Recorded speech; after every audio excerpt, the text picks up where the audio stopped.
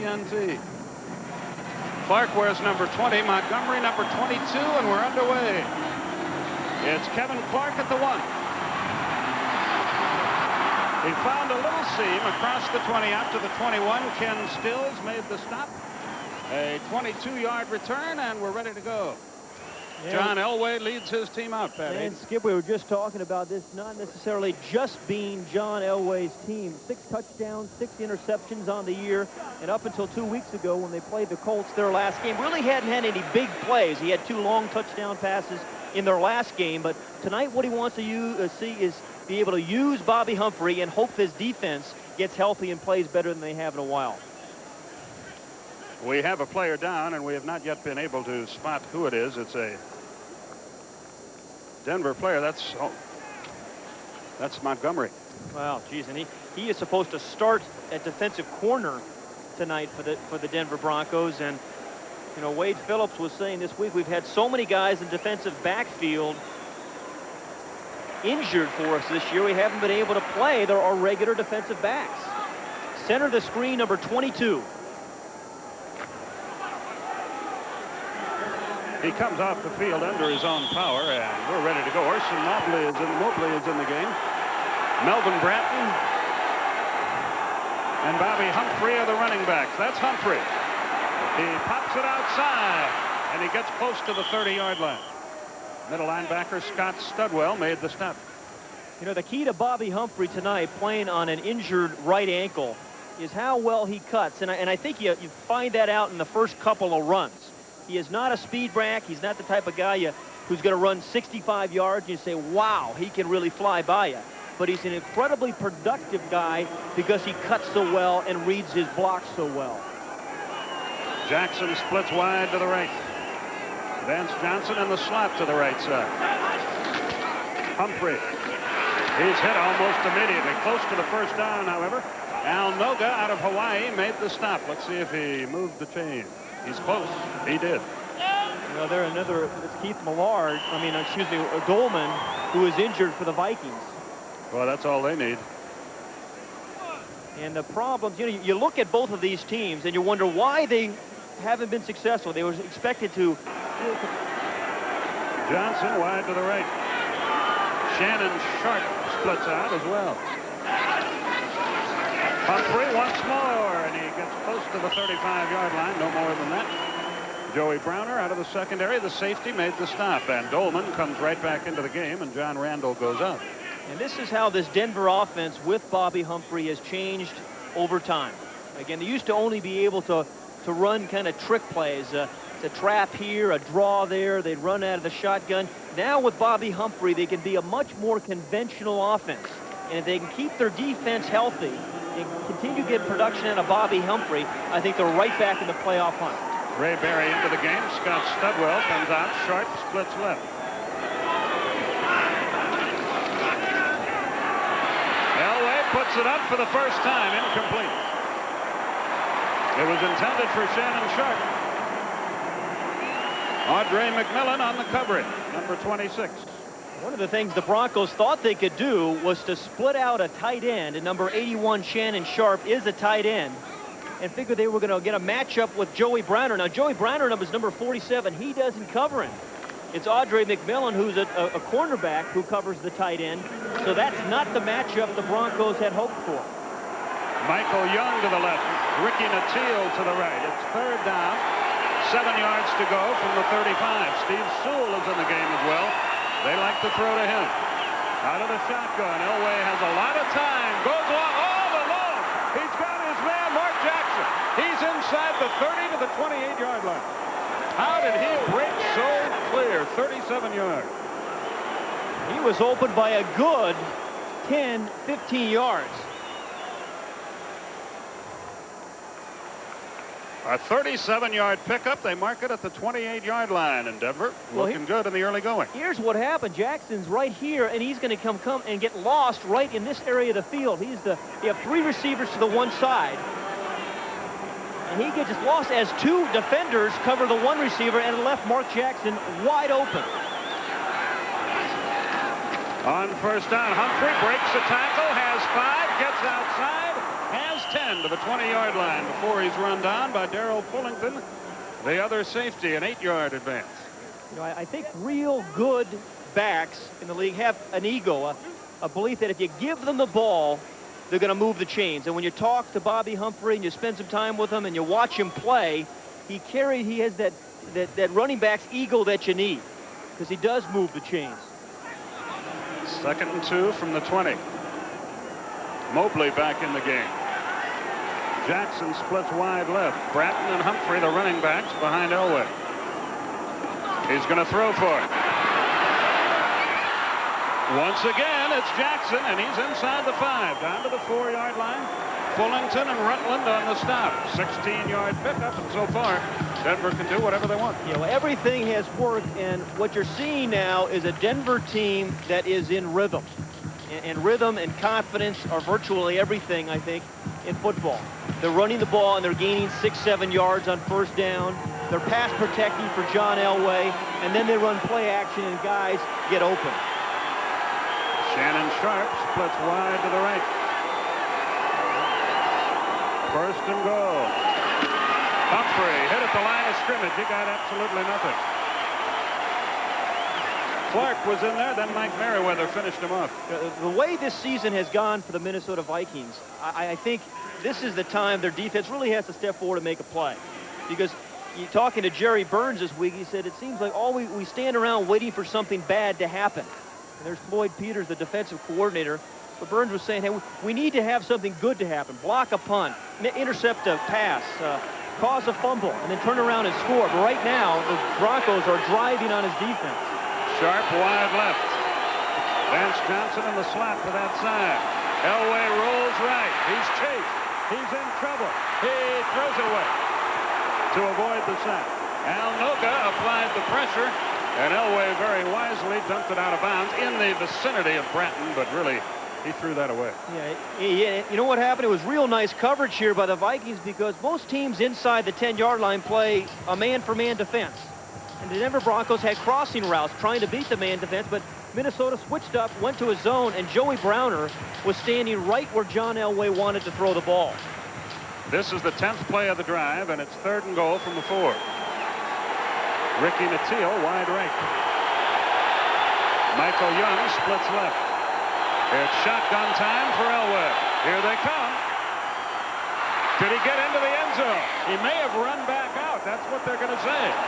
He was in there for a while. Jackson was in, but he came out on his own. I think it's going to be the ruling.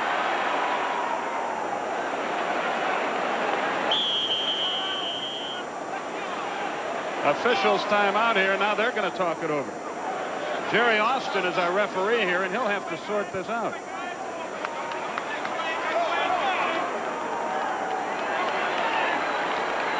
And it's going to be 4th down and inches, and an early decision for Dan Reeves. Yeah, here's Mark Jackson right here. He runs into the end zone, but then comes back out. I think it's a pretty good call. He goes about 3 yards deep in the end zone. The ball is drilled. You see, then he comes back out. I don't think he really had possession in the end zone, and I think that's a good call. They're going to go for it here, but now a whistle blows. Let's see what we've got. Maybe a review. Possibly. Take another look. I mean, this thing is a frozen rope. He wasn't open for long. Now it's a touchdown, and now it isn't, right? Well, all you have to have is possession into the end zone, but you know, I'm glad I don't have to call that baby. Yeah, I think again, remember the replay rule. The replay has to show clearly and precisely that you should be overturned. It's 4th down. They're going to go for it. After review of instant replay, the call stands on the field. It's 4th down. So here we go, 4th and inches. Oh. Flags all over the place. Was he drawn off? It was just a shift, I think, really. Looked like a man going in motion, and well, we'll wait and let them sort it out. Encroachment, defense, still 4th down. There's the motion, and there's the man breaking. Man, that's a clever little move when you get the ball moved 3 or 4 yards closer, but when you want it on the 1-inch yard line, it doesn't do you much good. Elway's 215. He gives it to Bratton. I don't think so. On the ride over here, Pat, you said Minnesota needs a big play early, and they just got it. Merriweather. And you're right, Skip, and just what Jerry Burns was talking about. We need somebody to step forward. We've been expecting bad things to happen. We need to make a play early, and Mike Merriweather does it right there. So the Vikings go to work from the 1-yard line. We'll be back right after this. Just let it hang out and play, and it's also interesting to see Herschel Walker in the I formation. Anthony Carter splits to the left. The give is to the up man, Finney. Boy, he didn't get much. Warren Powers, Mark Munford were there on the stop. You know, and the good defensive play on the 4th down by the Broncos, really almost a bobbled snap by John Elway, and that happens a lot down near the goal line when centers have a very difficult block. They have to what's called a reach block, snap the ball and reach way to their right or left, and sometimes the ball comes out low, and that's what looked like happened there. Alfred Anderson into the game to replace Herschel Walker. Hassan Jones comes in as well. Again, Anthony Carter split left, Jones to the right. 2nd and 9, Gannon play action. He's going to throw. He's got time. He runs out of time. He throws it away. That should be a safety. That's what the Broncos are screaming for, but they're not getting any satisfaction. Yeah. Greg Cragen was leading the rush there. It's just going to be 3rd and 9. Yeah, I'm surprised that's not a safety. Yeah, not a bad call down here in the end zone, but a pretty good coverage. A zone team, this Bronco team is. Now, the ruling for intentional ground is you have to be threatened to be sacked, which he was, and nobody in the vicinity. And I think both parts of the rule were there, yet they didn't call it. Powers, along with Cragen, applying the pressure. Again, Anthony Carter to the left. Alan Rice has checked into the backfield. It's 3rd and a long 9. Gannon out of the shotgun and a whistle. Too much time. That's not going to cost them, but Delay a game half a foot. After this is to the goal. Still 3rd down. Perfect time to throw the ball deep when he's got the air conditioning at his back. You know, just let that air conditioning take it up. There's Wade Wilson, injured against the Chicago Bears, had surgery on his right thumb, and is still going to be out several more weeks. 3rd, and now let's make it 10. Jones in motion to the left. Gannon will throw for it, and the ball slips out of his hand. So it's 4th down and a very, very tough punt for Harry Newsom. You know what happened to Rich Gannon there? He was getting ready to throw that ball, saw a defender, and tried to pull it back. It was kind of a half a throw. Yep, see? Tried to pull it back, so it looks like a horrible throw, but it probably saves an interception. He did the right thing. Yeah, Makes him look bad, but it's better than throwing it. Look where Newsom is backed up. Kevin Clark, the return man, is already in Viking territory. 10 men on the line for Denver, and they're coming. But he gets it out of there, and a good kick. It drives him back to the 46.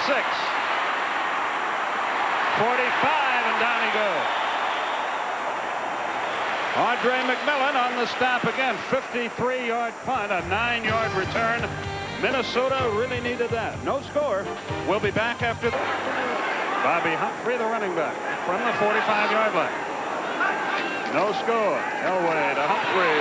Punt, run down from behind by Dolman. He gained 1. Yeah, he is quick, isn't he? He really is quick, and people say, hey, he's not having a great year. Well, I think that's baloney. Yeah, his sacks are down, but people are generally double teaming him. But watch how quick he gets off the ball, and he's not just a 3rd down player. He can play for you on 1st and 2nd down as well. And if you don't put a guy on him on the backside, he's still going to run down and make some plays. Jackson again wide right, Sewell to the left.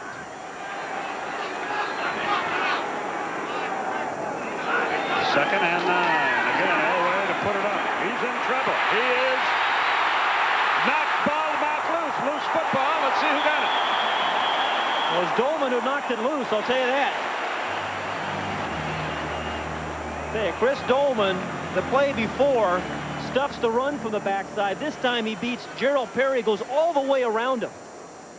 Gerald Perry does a pretty good job of pushing him outside, and then he comes around for the backside and caused the fumble. And Bobby Humphrey, I think, is the man who recovered it. But you know, that's this thing about Dolman. That is his 17th fumble that he has caused in his career. And that's why you like to put him on the backside, because not only does he get to the quarterback, he causes fumbles. 3rd and 12. Whoops. Free play perhaps. Throw it deep. That's what he does. Incomplete. It was intended for Michael Young.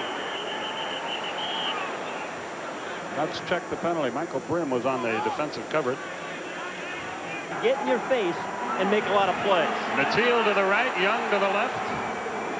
Sewell joins Elway in the backfield. It's 3rd down, 7 yards to go. Elway's going to run. 40, 30, 27-yard line. Reggie Redland covered him, but the ability, once again, of John Elway to do more than one thing. You know, and Floyd Peters, the defensive coordinator, saying quarterback scrambles have been killing us. We're an all-out rush team. We can't put a defender on him. Randall Cunningham ran for 90 yards.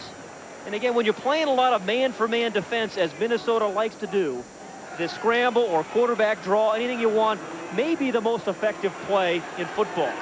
Humphrey and Bratton, the deep man. It's Humphrey. Fights across the 25, down to the 24-yard line.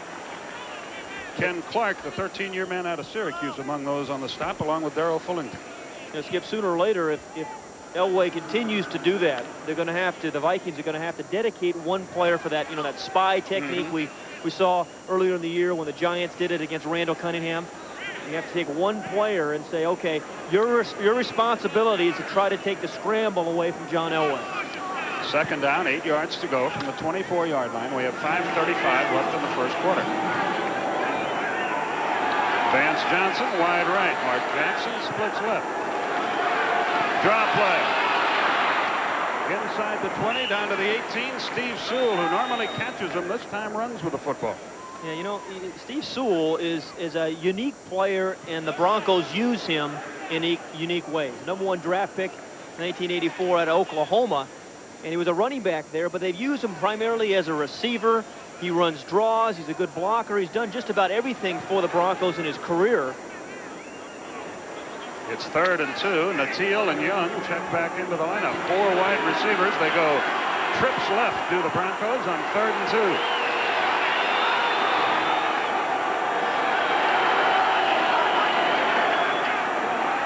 For Sewell. He's got a ways to go. 6-yard line. Parlee made the stop, but a 12-yard pickup, a little swing pass, and it's 1st and goal again for Denver. They were down there once before, got nothing out of it. You know, some guys just fit the role they're asked to do so well, like Dave Meggett with the Giants. Well, Steve Sewell is very much like that for the Broncos. We saw him run the play earlier. That time he comes out of the backfield on a little swing pass when they need 2 yards. Makes a nice catch for the 1st down. He'll block when you have to. Denver is yet to throw on 1st down. Will they here? It's 1st and goal at the 6. Vance Johnson wide to the left. Shannon Sharp in motion from the right. He's going to throw if he can. Bratton, but he's run out of bounds at the 4-yard line. Well, what a big play that was. Scott Studwell made the stop, the veteran middle linebacker. Yeah, you know, here's the guy, Scott Studwell, who's got about 2,000 tackles in his 14-year career. And this is the matchup you always want, a back against a middle linebacker in a 4-3 defense, but Studwell did a nice job of keeping him. He used the boundary as a defender, took away the inside because Bratton wanted to cut back inside, and makes the play. That was his 1,928th NFL tackle. Oh, way to correct me. I said 2,000. Oh, did you? I wasn't listening. You and millions of others. Johnson in motion. Elway throws for him. Touchdown. Vance Johnson from 4 yards out. Officially a 3-yard touchdown pass. And I'll tell you who gets or should get a lot of credit for that Denver touchdown is their defense. After they blew the 4th and inches, the defense kept them controlled, got them back good field position. Yeah, they really did. And again, this was a very nice drive. We had the scramble by John Elway. They ran the ball. They had a couple of draws to Sewell. Sewell caught a short pass. And then Bobby Humphrey right there throws the block so he can get the pass out to Vance Johnson, who catches his first touchdown of the year. David Treadwell. Oh, Kubiak holding it, it's blocked. That will add more life. Tim Irwin got the block. That'll add a little life to a dispirited Minnesota team. So it's a 6-0 ball game with 3 minutes, 21 seconds remaining in the first half. There's the guy who did the deed. And we'll be back right after this. Returner in football, Herschel Walker, stands at the 2-yard line. David Treadwell will kick it off. But the kick heads for the side, and Rice comes away with it at the 10. And reaches the 26-yard line. Elliott Smith, the defensive back on special teams, made the stop. Pretty good field position for Minnesota, a lot better than last time. Well, you know, you saw the touchdown to Vance Johnson, but this was really the play that kept it alive. And this is the type of play that really has broken Minnesota's back a couple times this year. They've given up over 220 yards in rushing by quarterbacks this season. Hassan Jones wide to the left. Rick Fenny, Alfred Anderson are the running back behind Rich Gannon. Anderson in motion. The pitch is no better. Look at Fenny across the 30, close to the 35-yard line before he's knocked out. There's a guy, Rick Finney, who knows his strengths and he also knows his limitations. He is an inside runner. You never see him try to dip out and delude himself into thinking that he's going to go 77 yards down the sideline. He's always keeping the legs moving, and he's a terrific tackle-to-tackle runner. Second down, a yard to go. Anthony Carter splits wide left. Hassan Jones to the right. This time it's Fenny in motion, and the give is to Anderson, and he pops through for a first down up to about the 38-yard line. You know, Skip, when we were getting ready for this game, I was saying, you know, why are these teams struggling so much this year? And I think we talked about Minnesota's defense. That's been their problem. I think with Denver, it's been defense as well. You see they're way up in points allowed. Last year they led the NFL in points allowed, and that's the most glaring statistic. And they've only picked off 5 balls. That's interceptions that they've had. Only 5 interceptions because of all the injuries in the defensive secondary. Anthony Carter wide left. Pressure by Mecklenburg, and down he goes. Out of the University of Minnesota, Carl Mecklenburg, playing before the home folks, gets the sack. Boy, he has been a fine player for many years. You know, here's a guy who's played 7 different positions on defense, and every one they've asked him, he's been effective. He's played inside, outside. He's played nose tackle some. Only his 2nd sack of the year, but he's a guy that if you ask him to do something and you just line him up and let him play, he's going to make a lot of defensive stops for you. Loss of 11, Chris Carter into the game, wide right. Anthony Carter and Hassan Jones to the left. Rick Fenny, the lone running back.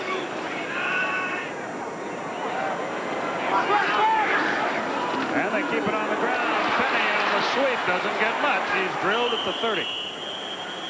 Mecklenburg was in on that too, along with Greg Cragen. Well, you know, the Vikings have run that pitch sweep a couple of times. They believe that they can fake that action at some point later on in the game and get the ball deep. So again, the sequencing of plays, they're trying to establish something here and set up to do something else later on in the game. Let me ask you a question. I know how you feel about quarterbacks, that if a guy's your quarterback, you got to stick with him. What about with running backs? Can you keep substituting? So running backs say, I can't get in the flow unless I get 20, 25 carries.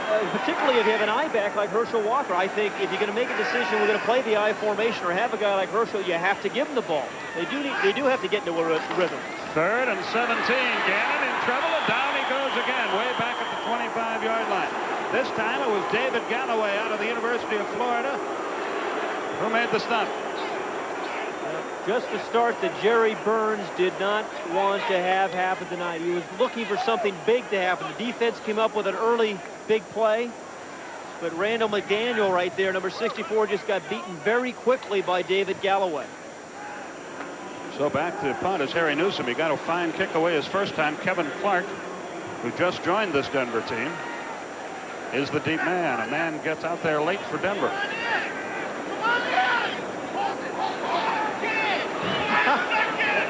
That's this Bobek. Tell this guy to come in. Oh. But McCann's going to run it. And he's not going to come anywhere near making it. Boy, could Minnesota have used the timeout. They were totally confused. Randy Robbins forced it as the quarter comes to a close. Unbelievable. Kerry Porter was the first guy in there, number 31. Number 31 forces the punt. Remember, the same thing happened against the Chicago Bears in the fourth quarter. That's why the Vikings ended up losing that game. And again, their offense and special teams have had a problem. Back after this from your local sponsor. With all their travails, Minnesota down only 6-0, but they're backed up again here, and Jerry Burns not a happy camper. Yeah, and again, his defense has to carry the load, come up with some sort of event, negative play, a sack, a fumble, get the crowd back into it. Humphrey and Bratton are the running backs as Elway goes to work from the 24. He's going to throw for it. He's got a man all along. It's Bratton inside the 20, inside the 15. Run out of bounds at about the 13 by Mike Merriweather. Let's look at the punt play again. Yeah, here's Kerry Porter right here. Nobody even really blocks him. Now, remember, Denver is a team that really lost a game by special teams against the Buffalo Bills, but tonight their special teams are doing quite the job. Nobody even came close to blocking Kerry Porter, and then Randy Robbins made the tackle. First down, 10 yards to go for Denver.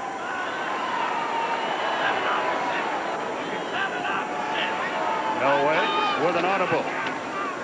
He gives, it's Branson. He pulls his way down close to the 7-yard line. Darrell Fullington, the safety out of the University of Miami, made the stop, but another good advance to former teammates. You know, Fullington and Bratton hooked up on that play. You mentioned the audible. I thought that was kind of interesting because even when the Broncos audible to a run, which they did there, the wide receivers moved, they changed their split. And I think when the defenses see wide receivers move on an audible, they think pass. And then Denver came right back with a run. It's a nice changeup. Sewell wide to the right on 2nd and 5.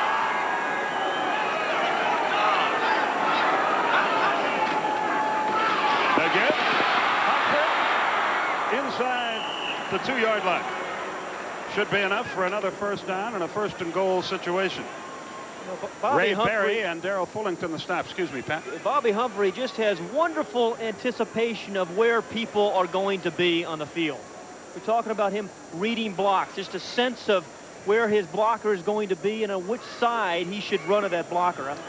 Really has, everybody talks about vision, and it means different things for different runners. For him, it's following blocks. There goes Humphrey on a sweep. Cuts inside his drill. Ray Berry come up and put a lick on him, along with Ken Stills, when it looked like he was on his way to the end zone. Boy, have the Vikings played good goal line defense tonight thus far. Unfortunately, they've had to. But that time, Ray Berry came screaming across the defense to put the lick on Bobby Humphrey. So it's 2nd down just outside the 1-yard line. 12:35 remaining in the first half. Floyd Peters agonizes as he looks on. If they're coming that hard, play action has got to be wide open. Humphrey in motion. Up the middle, touchdown. It was Bratton. And it's 12-0. It looked like sending Humphrey in motion sort of froze the linebackers, and Bratton had little trouble getting in there. You're right. Just the moment of indecision. You see one guy going motion. You see 2 or 3 Vikings move. They shift in the line. A defensive back has to move. And they run right in behind where there were 2 or 3 defensive adjustments. That's a nicely set up play by the Broncos. Let's see how David Treadwell fares this time.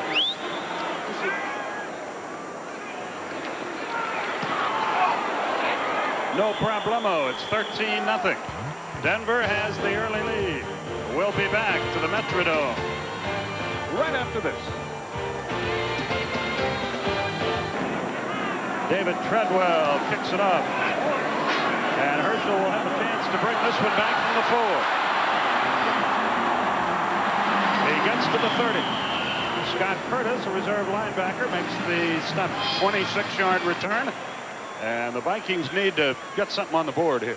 Yeah, you know, as you look at Herschel Walker, he'd be the last guy you'd think would have trouble transferring his skills from the collegiate level into the pros. Here's a guy, believe it or not, who's 25 pounds heavier than O.J. Simpson, for example, and ran the 100, maybe 0.3 of a second faster, but you wouldn't mistake him for that. And he just needs to be a featured back. It's not going to be happening here in Minnesota, and I'd be very surprised if he's back here next year.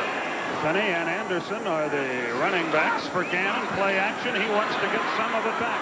And it's intercepted by the Broncos. It's Alton Montgomery. Montgomery inside the 30-yard line. Anthony Carter made the stop, but a 23-yard return by Montgomery. And they are not recognizing Booth Powell here in the Metrodome. They are booing their Vikings. Well, it started out actually for Rich Gannon with some pretty good protection after the play action fake. And clearly there had to be some miscommunication because there was no receiver anywhere near that pass. And Alton Montgomery, who's ordinarily a safety playing corner for Denver, makes a nice little catch and a play on the ball. So Elway goes to work again with Shannon Sharp in motion, and the give. It's Humphrey, and he breaks it. Down to the 12-yard line. Hanging on to pull him down, Darrell Fullington. Now this is a very fragile team, I think, in the Minnesota Vikings. And very fragile in the sense that I thought they had to get off to a good start tonight. My favorite fans. And it obviously has not happened. It can easily break, and it can really turn south quickly for these guys tonight. Once again, it's first down for Elway and the Broncos. Shannon Sharp in motion. Humphrey again inside the 10. He got a couple of yards, no more than that. He now has 48 on the night in 11 carries. By the way, the Minnesota team is -2 in total yards on the night. Yeah. Some of that's been awfully good defense, and some of it's just been very poor offense. You get in a situation like this, your team is 1-6, and you're down by 13 points. All you can think about is the next play. Don't worry about what's going to happen next quarter or next week, but just the next play. Second down, 8 yards to go. Shannon Sharp again in motion. Elway's going to throw for it down the middle. Has a man at the 6-yard line. It was Sharp. And he's pulled down there by Scott Studwell. He's well short of the first down, and a third down is the result. And both teams make changes. The nickel package in for Minnesota, and fresh wide receivers in for the Broncos. It's third and about 5. 10-10 left in our first half. In years past, this was always a throwing down for the Broncos. Not as much so anymore. Elway doesn't like what he sees and calls a timeout. He has Steve Sewell in the backfield with him. And he normally, in these third down situations, likes to go to him. We'll see what's what when we come back. He rolls right. Oh, we have Mark Jackson open. Oh, the ball is knocked away. Let's see who they give it to. It's still Denver's ball. Darrell Fullington knocked it away, but knocked it out of bounds, according to the official. And so Denver, very fortunate, and Elway comes up limping, and Denver will try for 3 points, and suddenly the game may have changed. Boy, I'll tell you, it's a lot easier to see receivers up here than it is when you're chasing guys around, but Mark Jackson was wide open in the back of the end zone, and this is why guys, I think, hate playing on AstroTurf. I think you get a lot more of these kind of injuries, little ankles and knee injuries, but a big body. I think it was Ken Clark just fell on John Elway's ankle. So Treadwell will try to tack 3 points on the board. And we'll try to get a report on the severity of Elway's injury. Now they may review all this, for play has been halted. It'll be a 31-yard field goal if in fact one is tried. It's kind of a neat little play. They were faking a quarterback draw on the play, and then Elway scrambled to the right, and Mark Jackson ran to the back of the end zone, was open, but Elway was getting chased and didn't see him. In the slot on the bottom of the screen, right here is Mark Jackson. He's going to be wide open over here. See the fake on the quarterback draw? He's open right now. Boy, is he ever.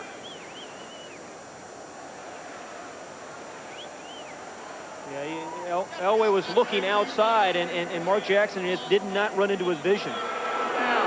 After review, the play stands, and the field goal will be attempted.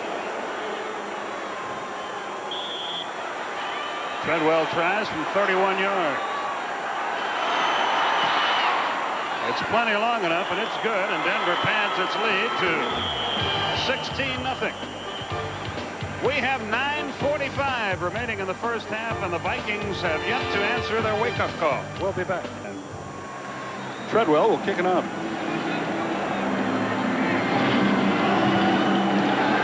And he booms a good kick out of there. Walker in the end zone will bring it up.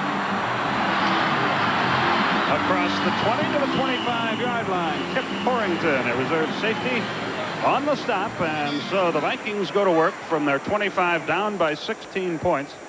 If the crowd was ever in this game, it's totally out of it now, and if we say again, Minnesota has to get something going soon. Yeah, and somebody has to step forward, and it's usually the quarterback. It's got to be a guy like Rich Gannon. You can't wait for the other guy to do it. You got to say, hey, I'm going to make a play. Walker and Finney are the running backs. Two big backs in there. Anthony Carter wide to the right, Hassan Jones to the left. Jones in motion. Walker on a sweep. Gets about 3.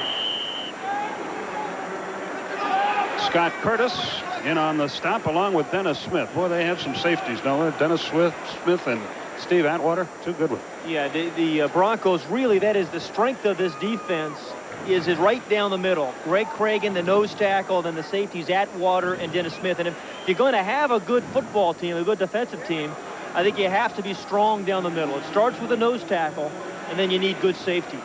Walker is out of the game, replaced by a wide receiver on 2nd and 7 from the 28.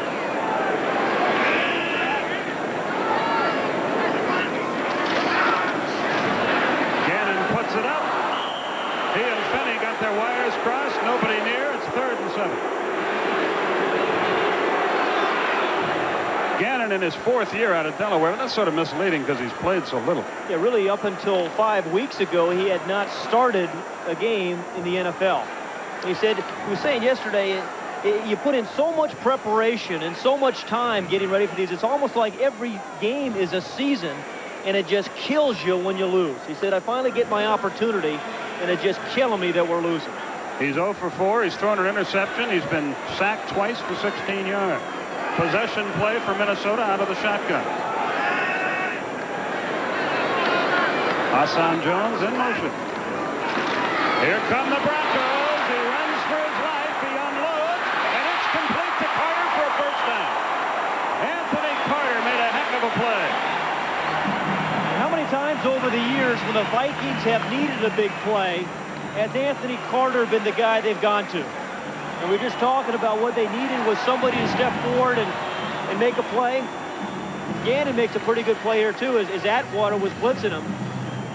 And then Anthony Carter makes the catch and takes a pretty good pop. Finney and Alfred Anderson check back into the Minnesota scheme of things. Carter to the right. Hassan Jones to the left. First down, their 2nd of the night.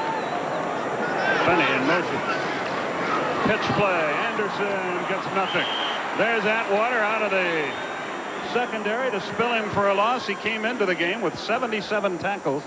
A 2-yard loss at 2nd and 12. Atwater out of Arkansas, 217-pounder. He can hit. Yeah, he is just a great player. I mean, we've seen him blitz the quarterback just to play before. Then he makes a tackle. He can cover a back out of the backfield. He can play deep center field for you. All the things that free safety has to do in the NFL today, playing open space and such, Steve Atwater can do. So it's 2nd and 12 at the 40-yard line for the Vikes. Carter to the right, Jones to the left.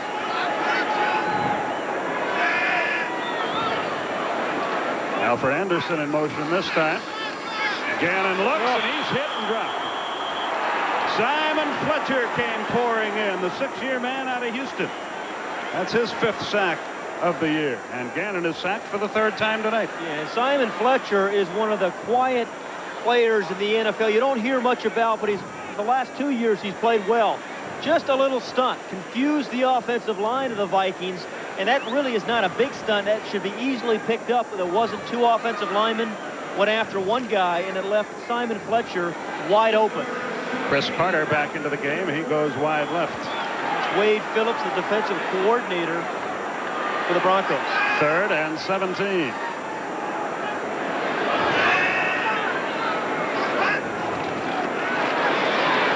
Gannon's got a little time this time. Still looking. Still looking. He should have a man open. He does. Carter. 40. 30. Out of bounds. You give him that much time, it's like shooting fish in a barrel. And watch Anthony Carter. Again, they're not throwing the ball to him as much as they used to. But when they do, he's been awfully productive. He was open early, but the rush prevented anybody. I've never seen a guy that open, quite honestly, for that long. Yeah, there's a guy who knows how to get open and knows what to do with it after he catches it. 38-yard advance. Anthony Carter out for a blow.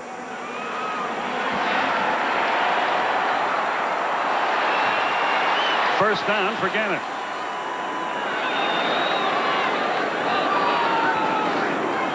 Pitch back. Herschel Walker. It's a reverse.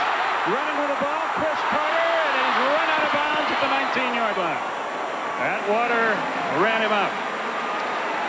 5:44 remaining in the first half from the Metrodome in Minneapolis. Pat Hayden, Skip Carey with you. Sunday Night Football on TNT. It's 16-0. Denver has the lead, but the Vikings are driving. And again, the Vikings just trying to get anything going now. They figure when Herschel's in the I formation, they're going to try to give him the ball. Gannon throws the block for Chris Carter. They pick up about 8 yards. That's the kind of plays they need tonight. Something, a halfback pass, anything to get them going. Hassan Jones in motion. The give. Anderson breaks it inside the 15, knocked down at the 13-yard line. And Minnesota with the 2/3 and longs they've converted. Suddenly it's breathed life into them. Michael Brooks was there on the tackle along with Warren Power. This was really an important drive for this Minnesota team. And I think for a couple of reasons. One, so they just show people they're not going to lay over and die. And two, I think it's awfully important for that man, Rich Gannon. Because I think at some point you have to say, hey, when do I go to the backup? Right now, Jerry Burns says, hey, Rich Gannon's doing the job, and we're going to stay with him. Anderson and Fenney are the running backs. Anthony Carter back in the game. He's slotted to the left. Hassan Jones in motion. Gannon to throw. Has a man overthrew him. Anthony Carter was out there, but the pass was too tall. Atwater on the coverage. Yeah, the Vikings don't like to feature any player. And again, that's part of the issue with Herschel Walker. But when you think about where they are, maybe this is a guy, Anthony Carter, they ought to try to get the ball to a little bit more. Because every time they've thrown the ball to him tonight or his direction, he's been open. The obvious question to me is, if you don't want to feature anybody, why do you make a deal for Herschel Walker? Well, you're right. You're absolutely right. I mean, they knew what they were getting, an eye back who needs the ball 30 times a game. Jones right, Carter left. Anthony Carter. Anderson in motion. Pitch to Finney. Finney at the 15. Breaks the tackle and gets down to the 4-yard line. You know, what a move he made. And Skip, I love to see this because here you have a desperate team at 1-6. They're not going to the playoffs. They're down by 16 points, and they can lay over and die, but they aren't. And again, we talked about Rick Finney being a good short yardage runner or inside runner because he is always moving his legs. He gets low, his shoulder pads low to keep people away from his legs, and then he spins and keeps those legs a-churning. Third down, a yard to go.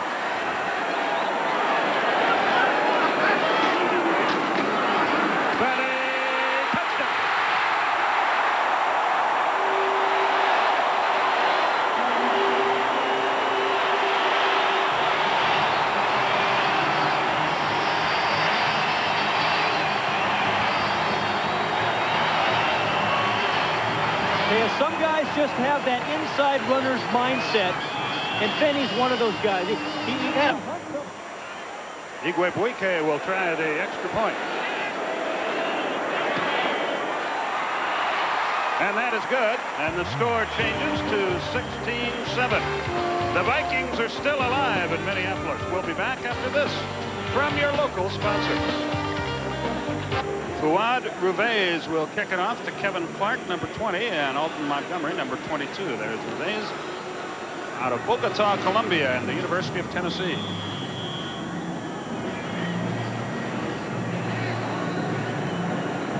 (16-7) our score.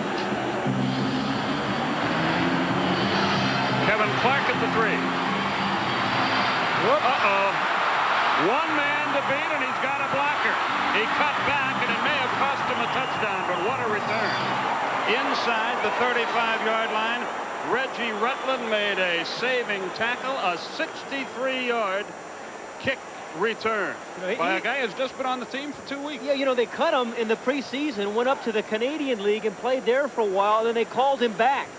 And he returned punts for him in their last game and had a big day returning punts, and here on the kickoff return. So it's been the special teams tonight for Denver, which have been particularly good, I think, Skip. And remember, the special teams killed them against the Buffalo Bills when they gave a game away to the Bills earlier in the year. John Elway is back in the game. Look at this. Orson Mobley out wide to the left. Pitch back, Humphrey. Mobley threw a block for him, and Humphrey reaches the 32. Let's look at the return again. Ray Berry ran him out of bounds. Well, you know, he really did get some good blocking up front. There was just a lane immediately. There weren't any bodies around that had a chance to even nick him until he already gotten past the 50-yard line. So if he hadn't made the cut, Alton Montgomery might have been able to throw a block that would have sprung him down the sideline. But it's very easy to see that. Yeah, when was the last time you returned a kickoff for a touchdown? Are you kidding? You must be kidding. Wow. Yeah, that is the telling story right there. Field position.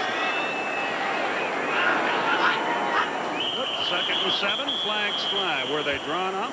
We shall see. The passer on any down. And they figure, hey, we don't really want to stop the run. We're going to stop the run on the way to the quarterback. And sometimes you can draw them off sides because of that aggressive style. 2nd and 2 for the Broncos. Shannon Sharp in motion again. Humphrey, first down. Close to the 20-yard line.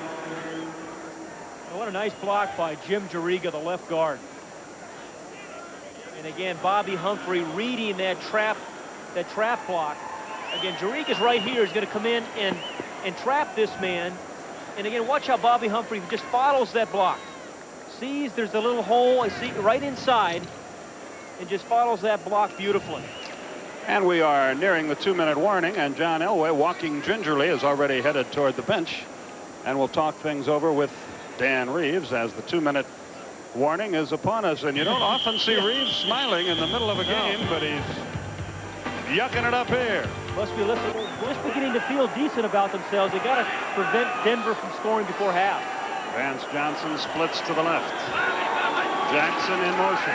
Jackson on a reverse, has to cut inside. Dolman was there to make the play. Yeah, Chris Dolman, we've seen him run guys down from behind, cause fumbles. There he stays at home when they try to run the reverse. Timeout is called by the Vikings. 1:52 left. We'll be back. On Elway. 6 defensive backs in the game for Minnesota on 2nd and 10. Denver knocking at the door again. Shotgun for Elway. Sewell, he's going to throw back toward Elway. But he threw it incomplete, and it's a good thing because Browner would have really leveled it. Well, Floyd Peters had guessed it right, and Browner was the guy on John Elway.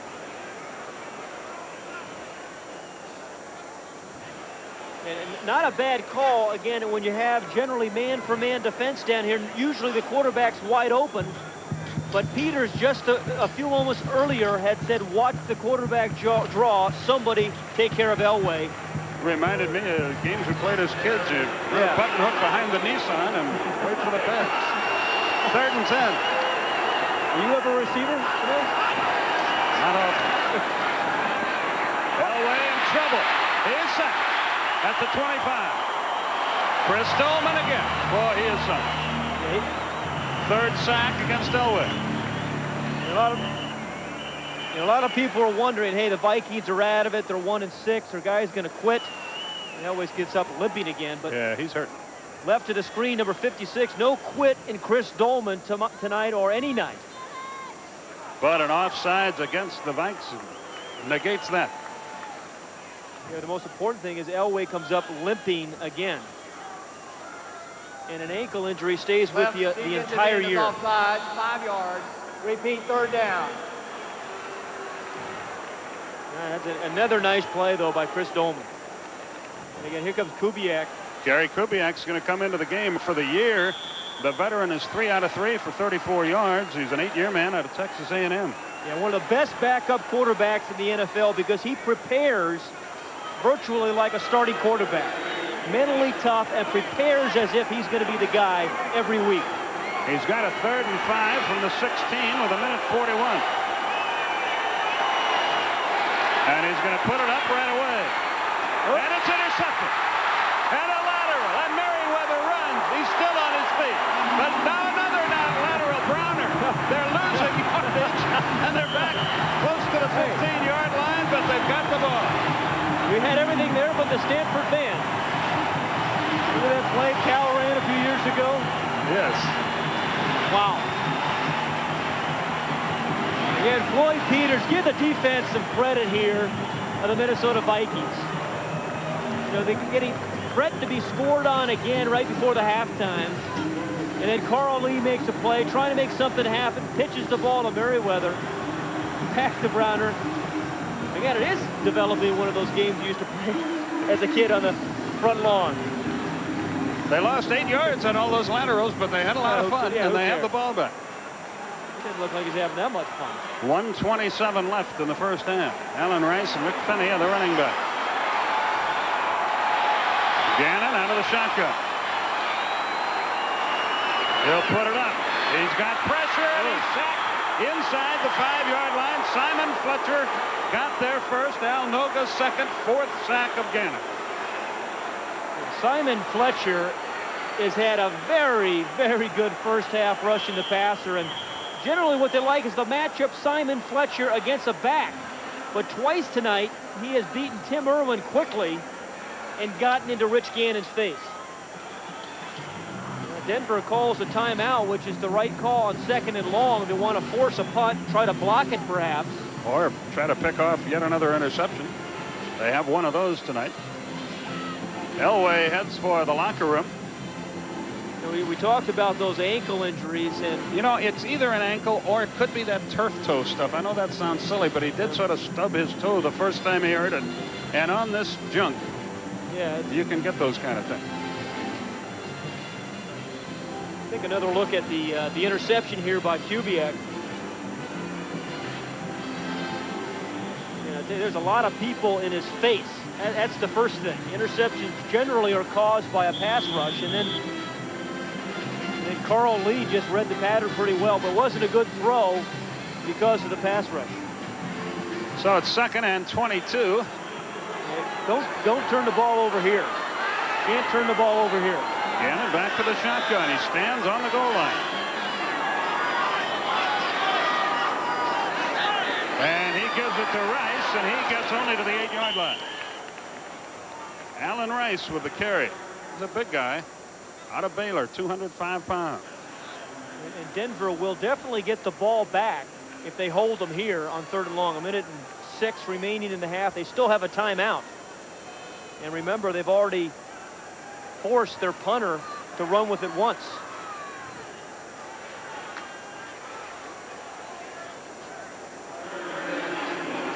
You see the time remaining. It's 3rd and 19. Let's see if Gannon stays conservative here.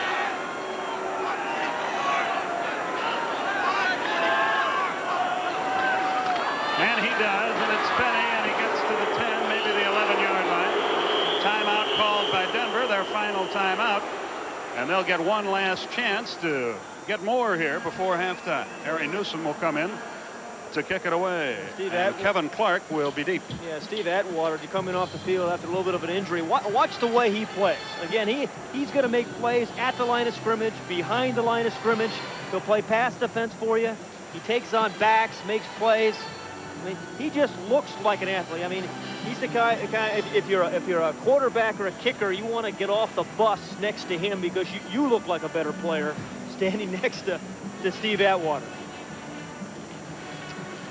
Kevin Clark will stand at his own 43. There's Newsom. He's a good one. Well, I don't know. He's had a problem with his head.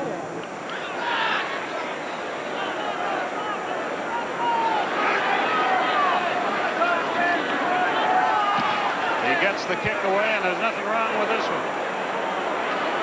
Clark fields it on the 38.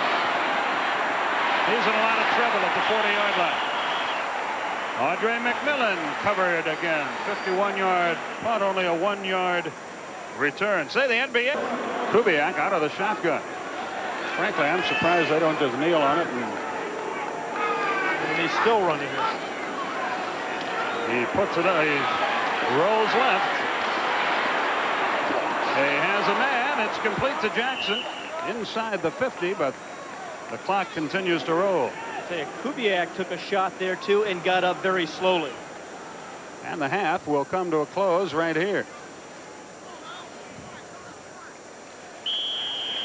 We are at halftime. Denver has the lead, but Minnesota is showing signs of life. The Nissan halftime report coming up. But first, this from your local sponsors. Foot injury. Boy, he's still limping badly. Yeah, it looked like he's ready to go to me.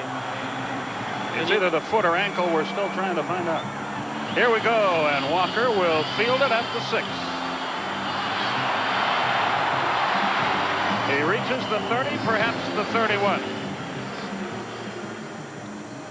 Here are your first half stats, Patrick. Yeah, really, it really could have been a rout early on, but for some nice goal line defense by the Minnesota Vikings. But again, the total yards clearly in the favor of the Denver Broncos. But this game, really, but for some very good Minnesota defense, could have been a blowout in the first quarter. Walker is in the backfield along with Finney. Hassan Jones wide to the left, Carter to the right. From the 31. Play action. Cannon's going to put it up. And it's complete to Hassan Jones, and he is down at the 46-yard line. Well, that's what a quarterback needs to, Skip. The guy, you come out in the first series of the second half, you kind of struggled a little bit in the first half, and you get a nice completion. I mean, that just builds your confidence. Mark Munford made the stop after a 15-yard pickup. Anthony Carter wide left. Jones goes to the right.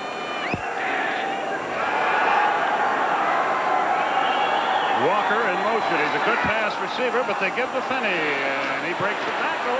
Oh, crosses midfield and then really gets popped. There's Atwater, I think, again. Skip. He is tough. Warren Power is also involved out there, but a good pickup nonetheless. Yeah, there's some big bodies. Rick Finney and Steve Atwater going at one another right there. Second down, 3 yards to go. Carter left, Jones right. Walker and Finney behind Gannon.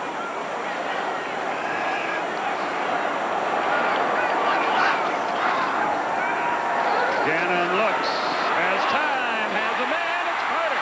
He breaks one down to the 18.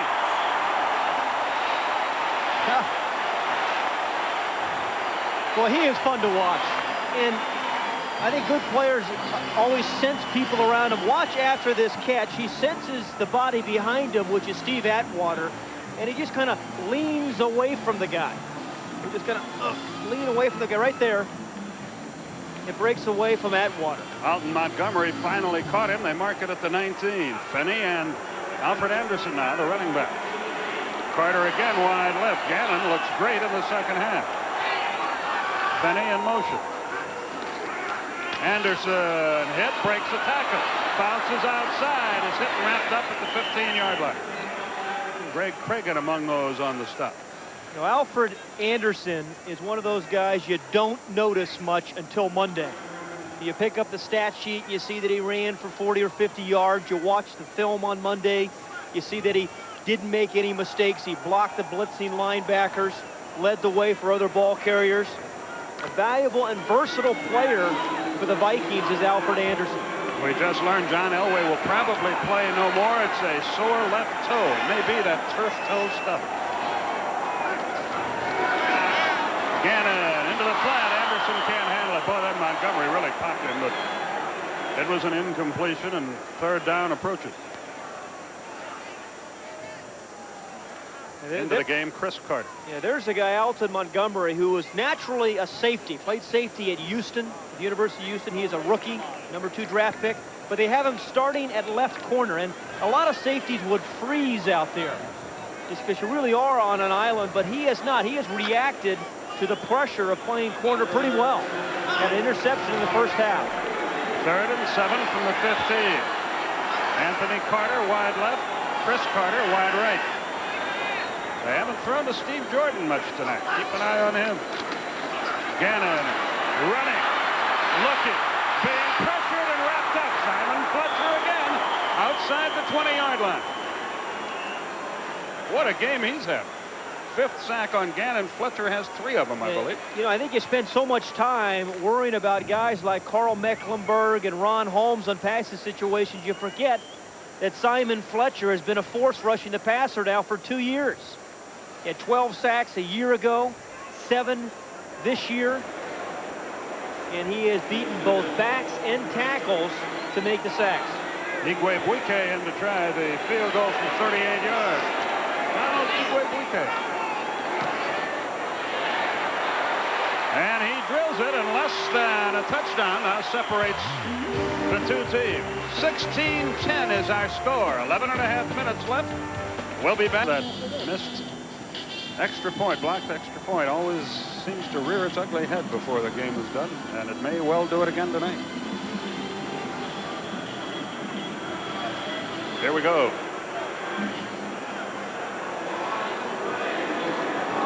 Gervais cranks it out of there. The high kick. It's going to be Montgomery at the 3. Right up the middle. Bang. He fails to reach the 20. Rick Fenny was in there on the stop. What a nice play by Rick Fenny, the starting fullback down there in the kickoff. Here's the guy who's been running over people. But the story of this game right now is that John Elway injured that foot and is not coming out on the field to play or open the second half. Now, the last report we heard was it was doubtful that he would play anymore, which holds open the possibility. I guess if Kubiak got knocked out or something, they'd have little choice. They're going to mark the ball at the 20-yard line as we go to work, and Sewell comes wide to the right. Bobby Humphrey, the running back. Jackson in motion. He looks to Sewell. And it's intercepted. And Browner is going to take it in. And the Vikings can take the lead.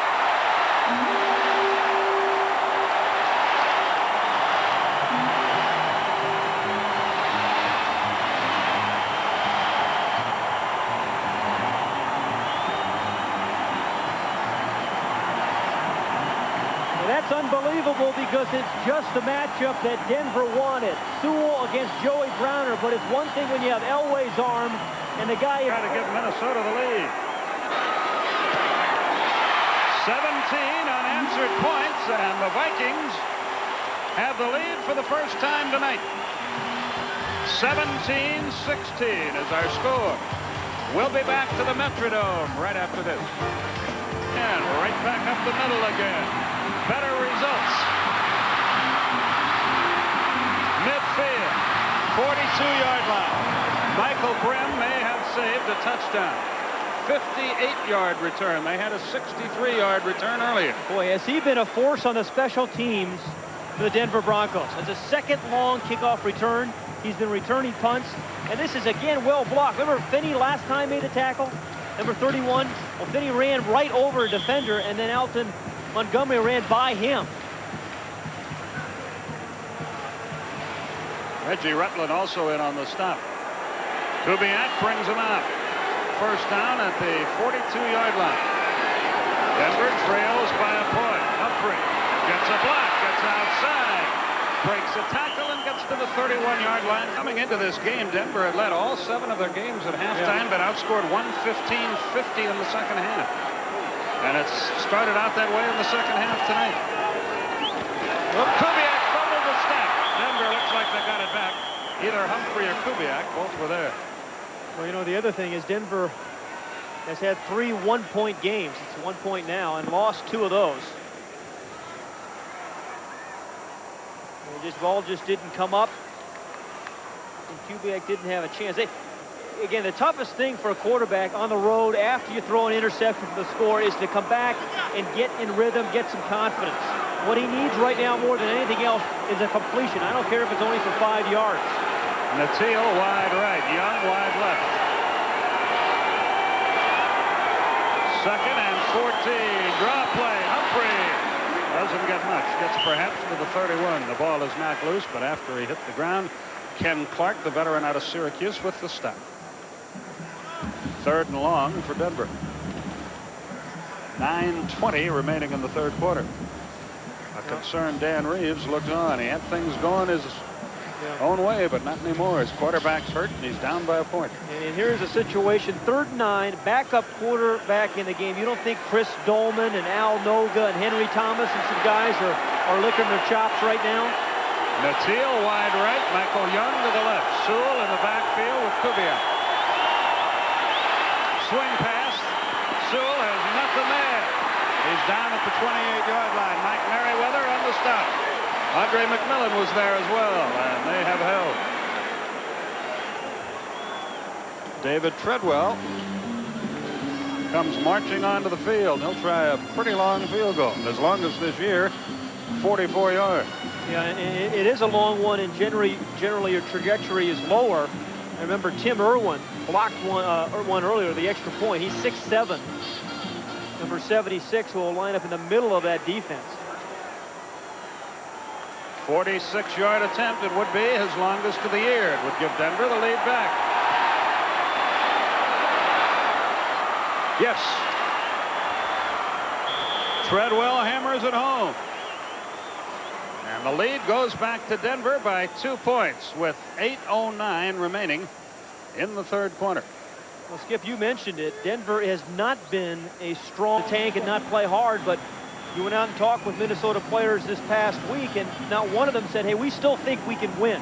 You know, we may not make it to the playoffs, but we're going to play hard on Sunday night. Herschel Walker deep again. He's had a busy night. David Treadwell will kick it off. Denver's possessed the ball 8 times. They've started 5 times in Minnesota territory. Yet they have just 19 points. Low line drive bounces around. Anderson at the 8-yard line.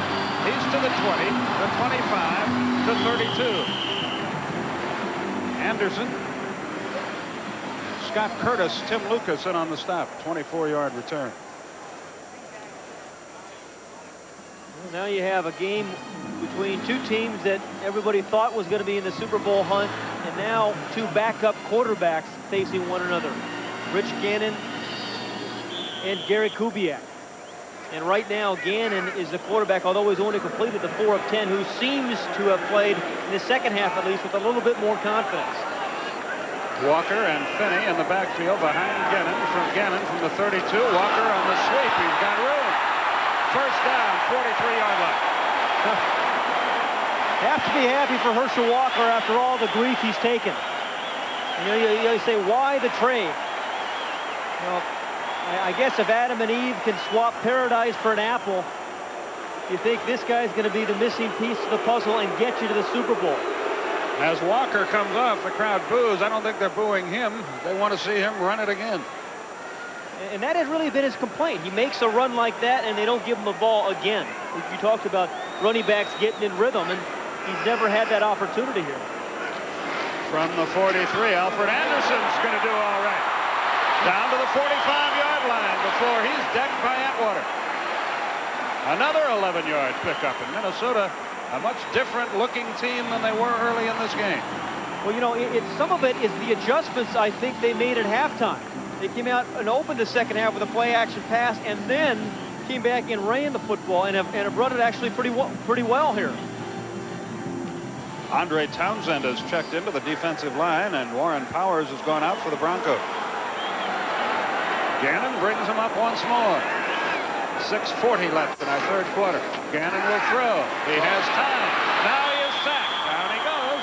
The 6th time he's been sacked, and there's that man again, Simon Fletcher. I think it's his 4th, I think. The 4th sack by Simon Fletcher.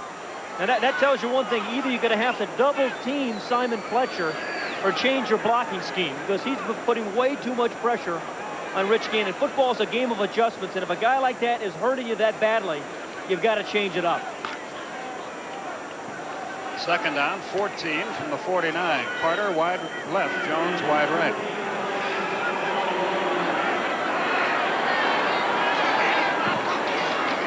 Gannon puts it up again. He's got time. He goes long. It is almost intercepted. It was intended for Hassan Jones. Alton Montgomery on the coverage, and he almost came away with the football. And 3rd and long will be the result for the Vikes. This time you're going to see Simon Fletcher again, number 73, come up, and again one of the backs, it's Finney, misses him there earlier, cuts him, but then he realizes he's got to come back and block him a 2nd time. And that's a nice play by Rick Finney. You don't block him once, you have to block him twice to give your quarterback a chance. 3rd and 14 from the 49. Gannon goes to the shotgun.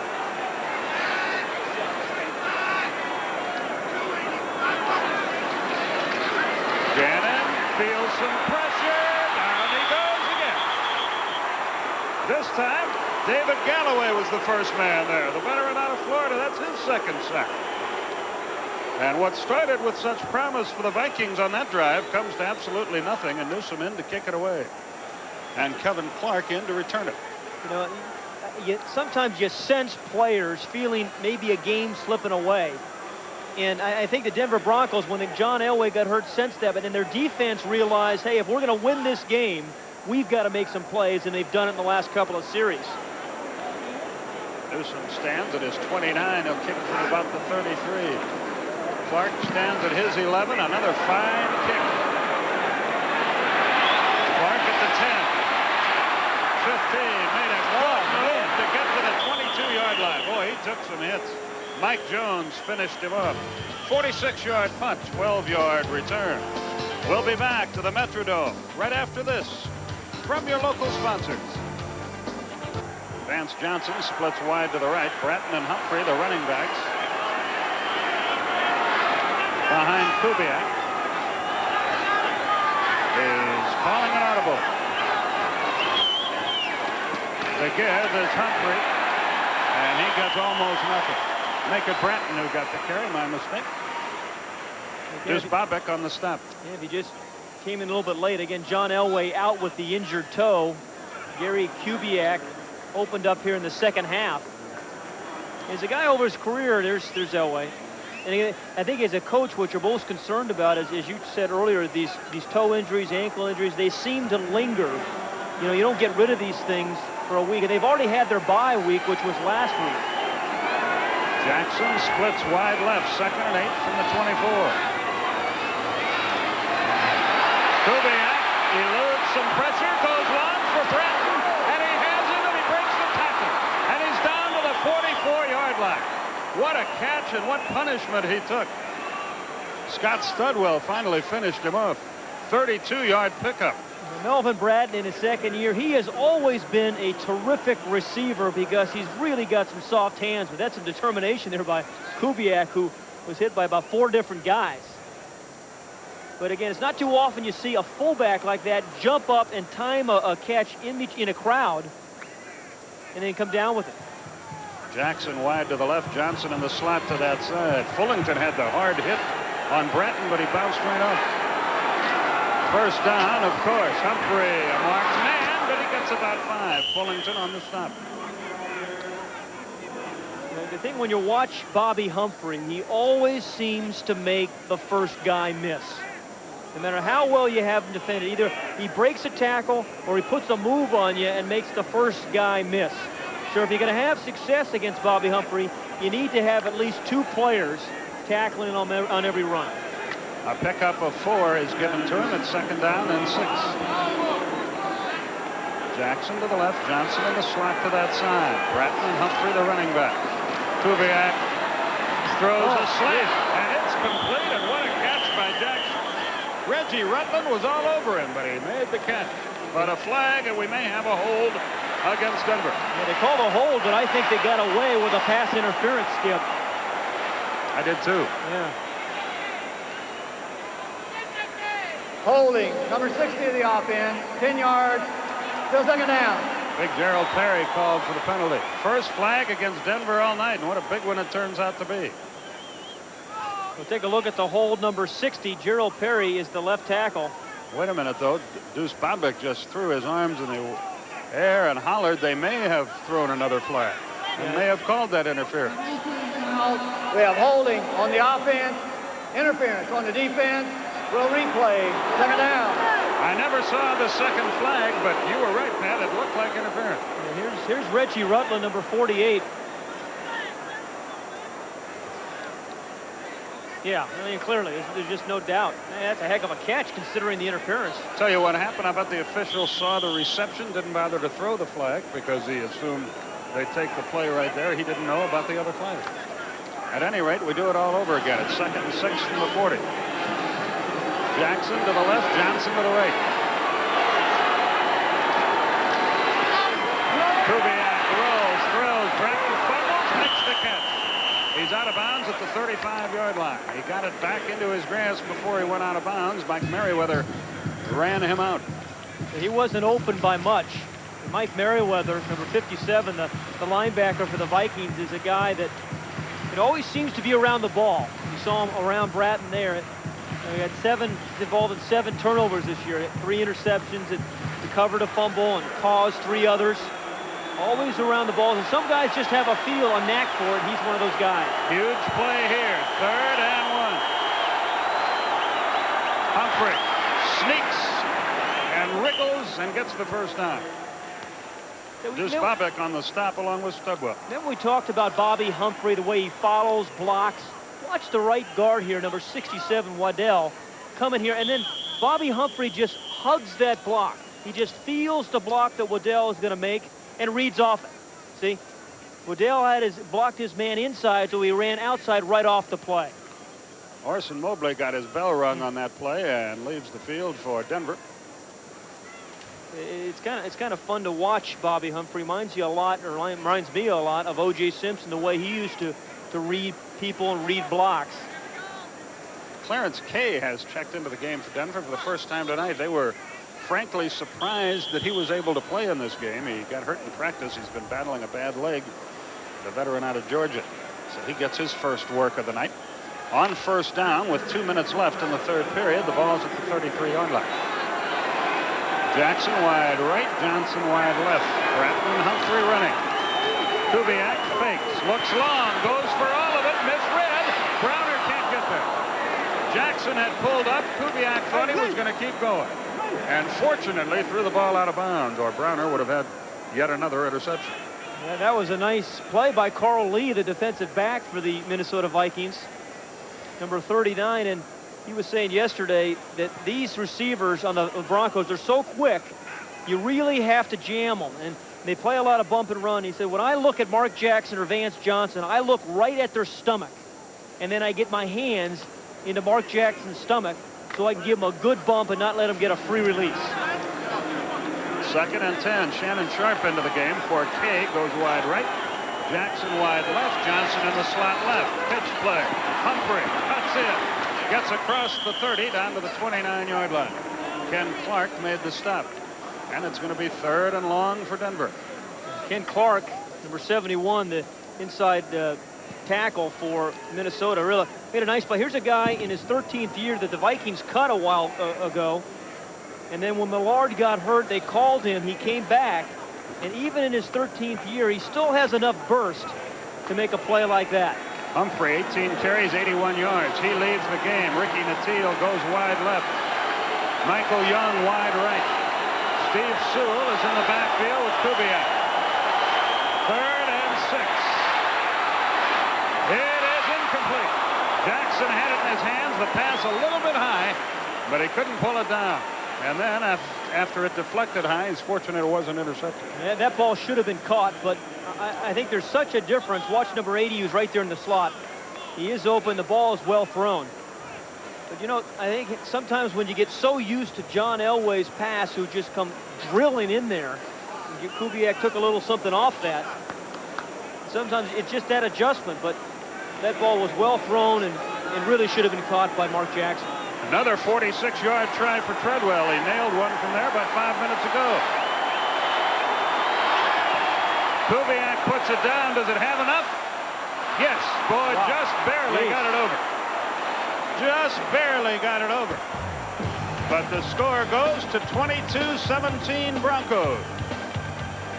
The kicks tonight. This one from the 3.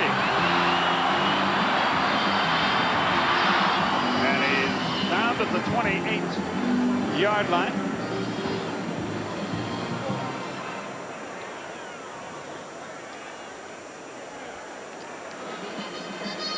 Well, you see what the Viking running backs have done. Walker's in for 7 plays. Again, it's just hard to figure because what you look for in any football player, every scout has always said all you look for are size and speed. And Herschel Walker has both of those attributes. From the 28-yard line, here we go. Walker with a pitch. Comes wide left, doesn't get much. Munford was there on the stop along with Brooks and Atwater. Okay, he's had a couple of decent runs, but again, you just continue to need to feed him the ball, and it's only a 5-point game. It's the kind of game that you'd like to give a guy a chance to maybe win it for you. You give him 10 carries maybe in the 4th quarter and let him get some rhythm. He's in the game for 2 consecutive plays, which has been rare tonight. Play action. Gannon says the heck with it. I'm going to run. Heads to the sidelines. Gets a block and gets out of bounds at about the 33-yard line. Michael Brooks was blocked by Anthony Carter, which saved some wear and tear on Gannon. And 5 seconds are left in the quarter, and it's about to come to a close. You know, Walker's a pretty good receiver as well, number 34. I think Gannon was actually trying to get him the ball. He had beaten Mark Munford, but there was a safety behind him, and that's why Gannon didn't throw it. So the 3rd quarter is history. It's a 5-point game. Back to the Metrodome. It's 3rd and 5 for Gannon and the Vikes. Hassan Jones in motion. Gannon fades to throw. Has time. Has a man. Has a first down. Flags fly. Well, that had to be pass interference. Michael Brooks among those involved. A heck of a catch there, though, by Alan Rice, wasn't it? He had Steve Atwater all over his back. Yeah, it was Atwater, not Brooks, who was involved defensively. Defensive pass interference, number 27. First down. Jerry Austin with the call. You're going to see Atwater just come right over his back before the ball gets there with the left hand. I say that was just one heck of a catch. Man. So the drive is alive at the 40-yard line.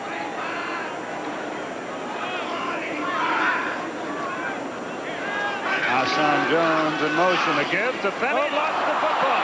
Big scramble. I don't know who's got it. The Vikings say they do. It looked like for a moment that Atwater was going to get that on the fly. Herschel Walker checks into the game.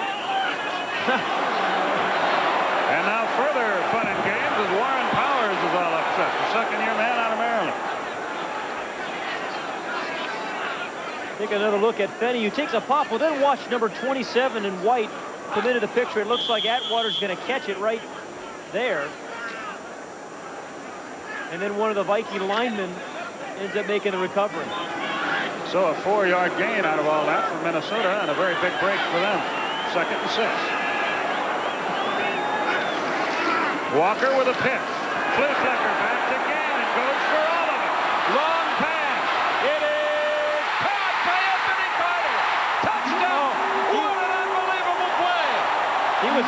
bounds, though.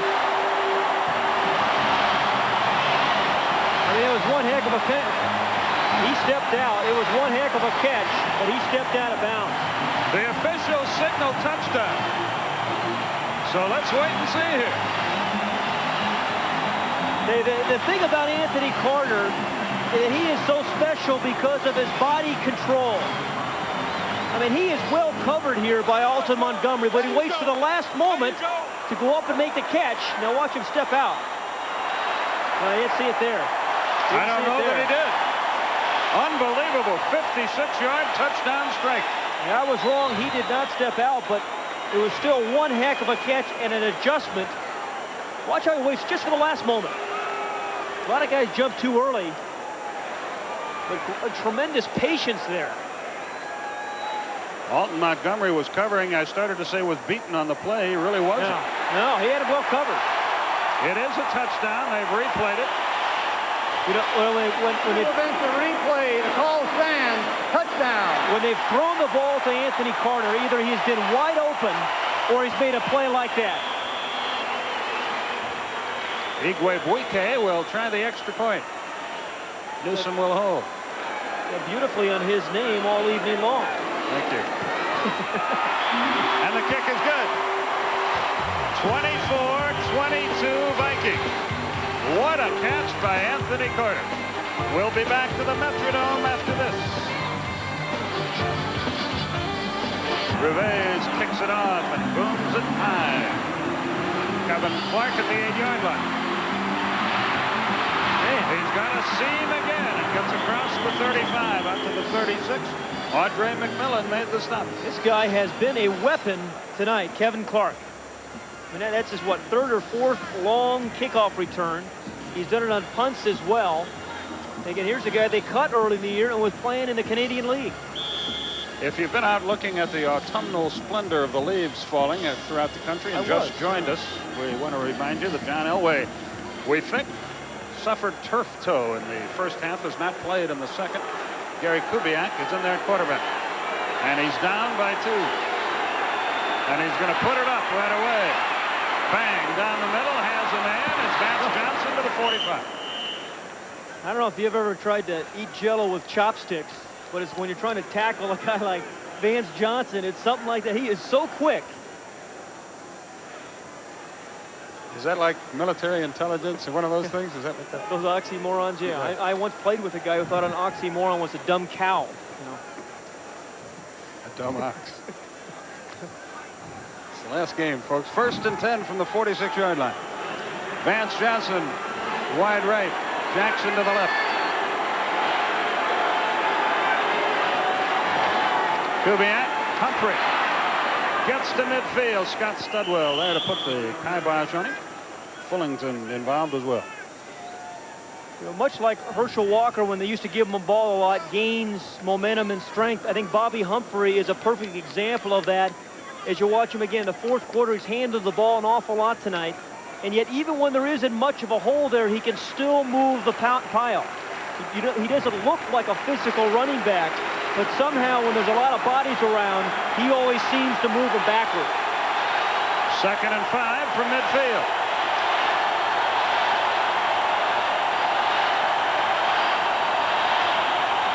Flags fly. Free play for Denver. It looks like intercepted. It's Dolman. Remember those flags. Dolman breaks a tackle. Out of bounds at the 30-yard line, but hold the fellow. Flags went flying. It looked like the Vikings were offside. We're about to find out from Jerry Austin. I think Dolman was offside. Defense, number 56, offside. You're 5 yards. What a break for Kubiak and the Broncos. Watch right there. Chris Dolman trying to get the quick snap on the passing down is off, and he basically just kind of gets stuffed by Perry. Does make a nice little play, and he was wide open. Big break for the Broncos. To the right. Bratton with Humphrey in the backfield. 2nd and very short. Humphrey, first down, 41-yard line. No, Scott Studwell on the stop. A good back he can give the ball to on first down and on 3rd and 1. And with Bobby Humphrey, they can do that. I mean, we just saw him move the pile a little bit earlier. And he can pick up 15, 20 yards for you on first down. But when you need the 3rd and 1, you still give Bobby Humphrey the ball. 20 carries, 89 yards for Humphrey.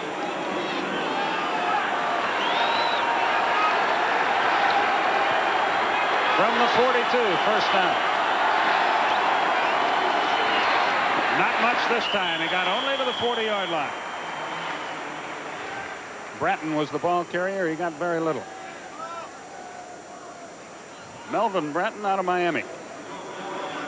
This is a guy who has not surprised anybody as a receiver. He's coming on as a runner, and primarily the last couple of weeks when Bobby Humphrey was hurt, he had really begun to come on as a runner. Bratton leads. Clarence Kay is in the game. Steve Sewell checks in as well. Audrey McMillan checks out of there for Minnesota. 11 minutes left.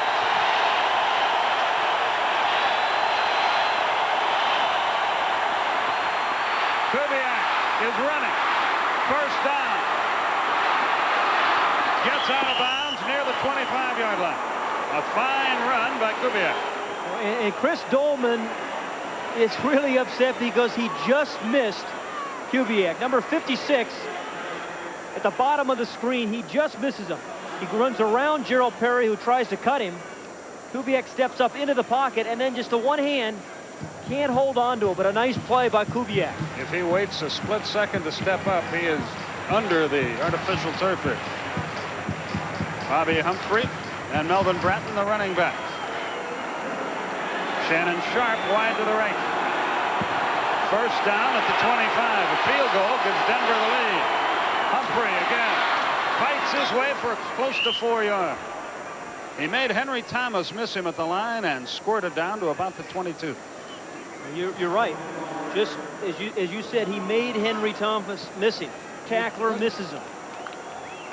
But it's also a good call, a little draw play there against a team like the Vikings, who rush the passer as well as they do. Vance Johnson wide to the left. Jackson in motion. A reverse. It's Jackson. He's got the 10. He's got the 5, but a flag down around the goal line, and we may have a clip. I think he's going to call it on the center, Keith Karts, who got his big old elbow in somebody's face. It's holding against Denver. What a big play. Clarence Kay is really upset. So upset he might be the villain. Number 72. Nope. 10 yards. You're right. Keith Karts. Yeah, I was watching right at the end of the play. Watch number 72, the center. He's going to come out here. He's the guy they call the penalty on. He gets knocked down, shoved around in the line, but he's hustling. I'm telling you, he bounces back up. And as he tries to throw the block here for Jackson, right there, he had actually held a little bit earlier than that on Joey Browner. And the side judge was there to make the call. Watch Joey Browner and Karts. Grabs him with the right arm, and that's a good call.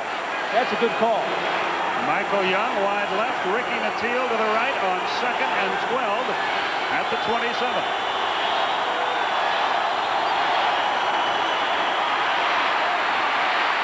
Flags fly again. Intercepted. Audrey McMillan made the play. Again a flag. Let's see what this one's about.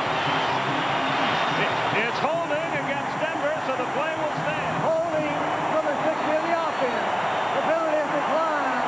First down. Well, you know, Garrett Kubiak just saw Minnesota throw a ball to Anthony Carter here 8 years ago. Both very good friends, and Elway is just trying to help him shake it off. Benny and Walker are the running backs. Herschel Walker on a sweep. Made one man miss. He's down the sideline. Atwater got him out of bounds at the 35. 17-yard pickup. Dennis Smith just missed him. Certainly did. He and Penny still the running back. Hassan Jones goes wide. Up the middle, Walker. What a hit as he reached the 40. A pickup of about 3. You know, and this is the perfect kind of situation of a game where you'd want to use Herschel Walker. Your team is leading by 2 points in the 4th quarter, and you just want to use the clock, grind out some first downs, and go into the locker room with a win. A Denver player is injured on the play, so time is halted. Here to give their offense a chance to win it again. The Viking players asking their crowd to zip it up, but they won't. Walker again fights his way for perhaps 3 more. Michael Brooks, Steve Atwater involved in the tackle. Okay, this is the down. 3rd and about 3. Into the game, Alan Rice. Yeah, 7:30 remaining in the game. Out of the game comes Herschel Walker. Yeah. Out of the game comes Steve Jordan. And remember, this is the down. Remember how well Simon Fletcher has played in passing situations tonight. He and David Galloway have put all kinds of pressure on Rich Gannon. It's 3rd and 3.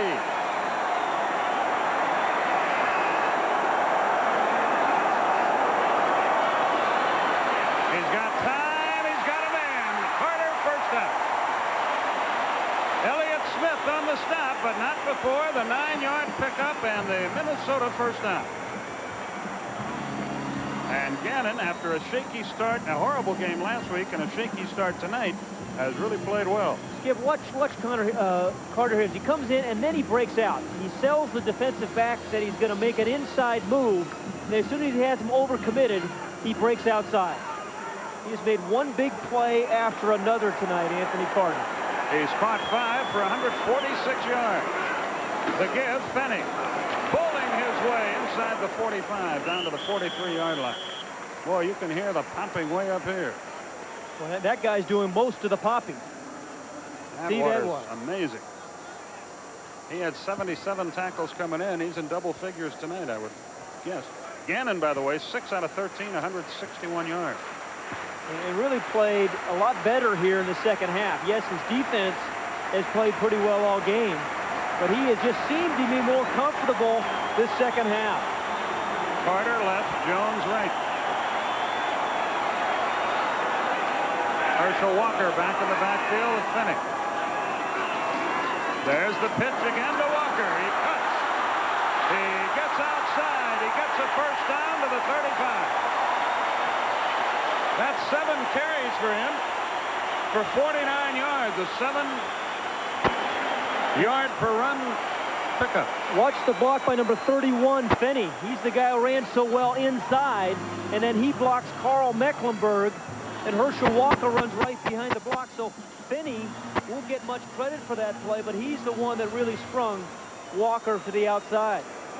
There'll be less than 5 minutes left when the Vikes run their next play from the 35. It's 1st and 10. This is as much as the Vikings have used Herschel Walker in 5 games. Gannon, Walker, for about 4.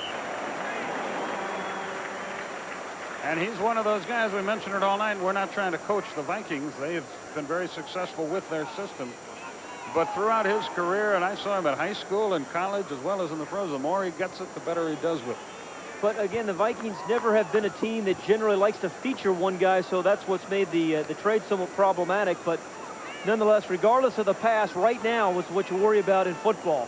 And right now, they're trying to run this clock out, and with a back like Herschel Walker, just keep giving it to him. They're down to, as you see, less than 4:15. 2nd, 7. Walker, not much there. Reached the 30. It'll be 3rd and a short 5. Michael Brooks made the stop. He's a fine player, a linebacker out of LSU in his 4th year. Now remember now, it is a 2-point game, so the Vikings have to be thinking at least a field goal, at least make it a 5-point game if they can, to force the Denver to score a touchdown. So at 3rd and 5, this becomes another one of those very critical 3rd downs. We've had 2 of them on this drive already. Well, this is the 2nd one. Walker leads the game to an ovation from the Viking faithful. Chris Carter is in the game and split wide left, the former Eagle. Gannon out of the shotgun on 3rd and 5. The give is to Rice. He goes wide. He breaks the tackle. He dives for the sticks, and he's close to the first down. Brooks on the stop again. And they argue about the spot. Man, what a nice play and a nice block by Randall McDaniel, the left guard. Watch number 64. This is beautifully blocked. Everybody's sealed inside, including the wide receivers block inside. And then Randall McDaniel blocks Dennis Smith. And they picked up the first down with a couple of feet to spare.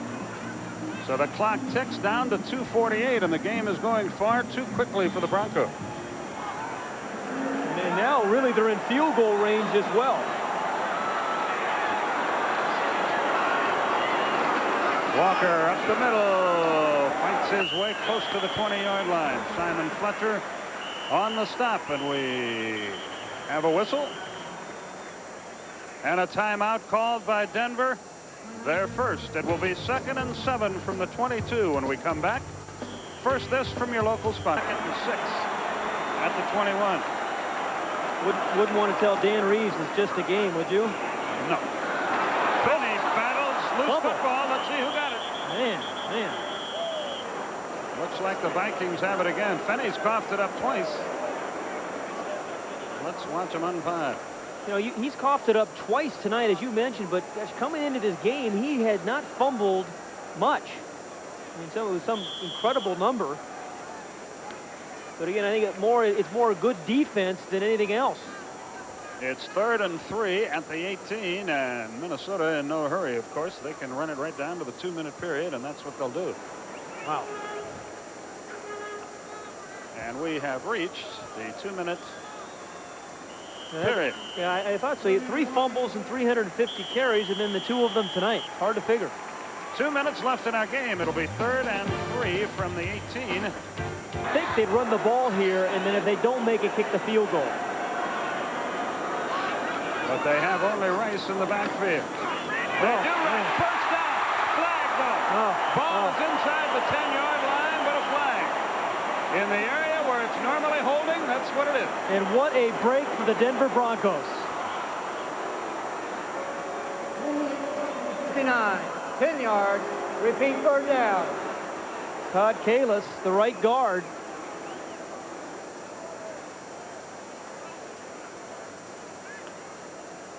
Number 69, the right guard, is Todd Kalis. He's the one they called the holding on. Got his left hand around Simon Fletcher. You know, he really wasn't even critical to the play, quite honestly, because they ran the ball right up the middle. Well, that really changes things around. It's 3rd and 13. You see the stress on the face of Jerry Byrne. Well, Anthony Carter is wide right.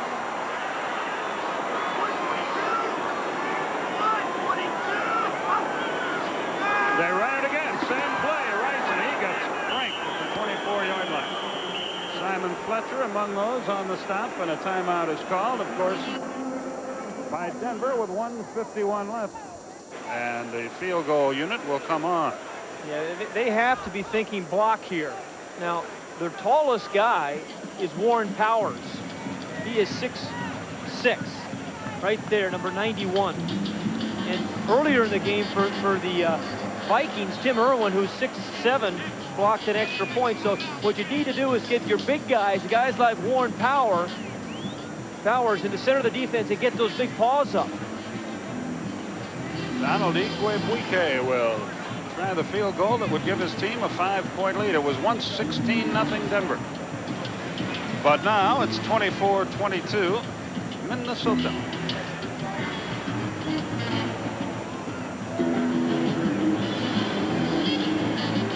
He has been phenomenal inside the 35-yard line, Igwebuike has.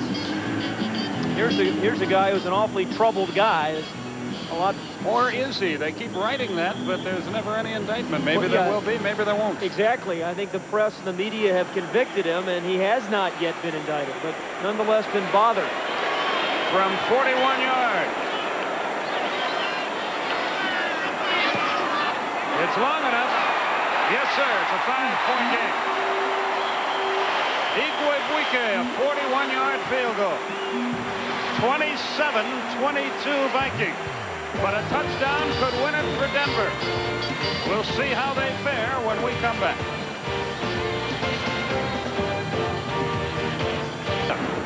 Clark has averaged 38 yards on his returns. Montgomery 28 on his.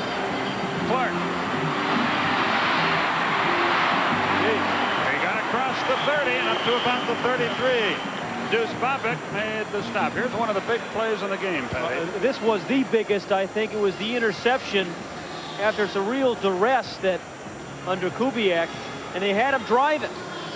And I remember Kubiak saw Anthony Carter come up with a big catch, so he tried to force one into Ricky Nattiel, thinking, hey, maybe he'll make a play for me. But Audrey McMillan made the interception.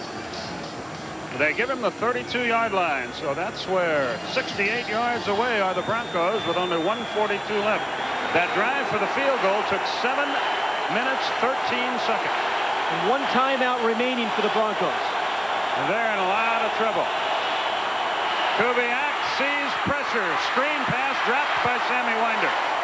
And it's just as well for the Broncos he did. He would have been nailed, and the clock would have continued to run. You know, this is a tough situation for any quarterback, clearly. Again, particularly against this pass rush, and he just took a shot into the ribs. He will not be breathing particularly well tomorrow. Remember, John Elway has brought his team from behind 17 times in the fourth quarter. And now you have Gary Kubiak trying to do the same thing. 2nd and 10. Michael Young wide to the left. Vance Johnson to the right. Kubiak to throw. Has a man at the 41, short of the first down. Sewell made the reception, but the clock continues to roll, as you see, and it's a 3rd down play. Need to hit a receiver on the move. You can't run those little hook routes because you're just going to run out of time. Boy, they're taking an awful lot of time to get this 3rd down play off. That'll be enough for a first down.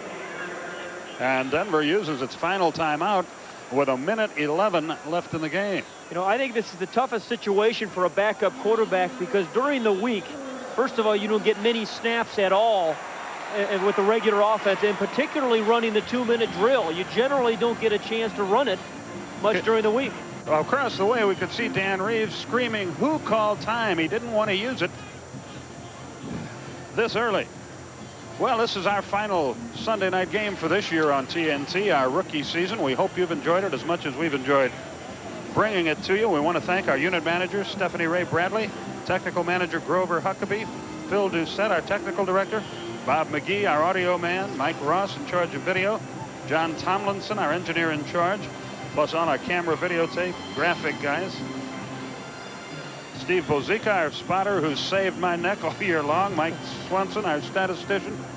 Our audio man up here, Joe Eaton, and the princess, Michelle Zarzaka, along with Lonnie Dale, our director, and Ned Simon, our producer. And Pat, I want to thank you for all your help. It's been a lot of fun. It has been a lot of fun, and thanks to all the crew, and good luck to the ESPN guys who take over next week. They do a great job. Ron Franklin, Joe Theismann will be with you next Sunday night.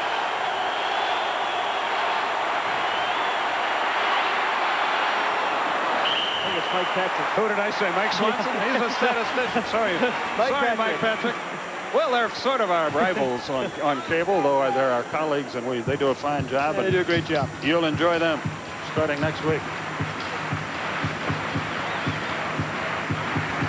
Mr. Patrick, I owe you a soda pop to apologize. Okay, well, one guy is still thinking about trying to win this game, and that's Gary Kubiak. 1:06, no timeouts remaining. Again, you have to get the ball to a guy like Nattiel on the move. Oh. Fumbled snap, big pileup. Who's got the football? He wasn't even looking. I didn't think Kubiak was even looking for the snap. The clock starts again, less than a minute remaining. It's 3rd down and 14. Kubiak begs for the football. He is hit by Brooks and sacked. And the clock will run. It was Dolman again. It's 4th down. 3rd sack. They start the clock again. 4th and 21. What an incredible night that Chris Dolman has had, and really this entire Minnesota defense. Man, I tell you, they could have collapsed, but they didn't.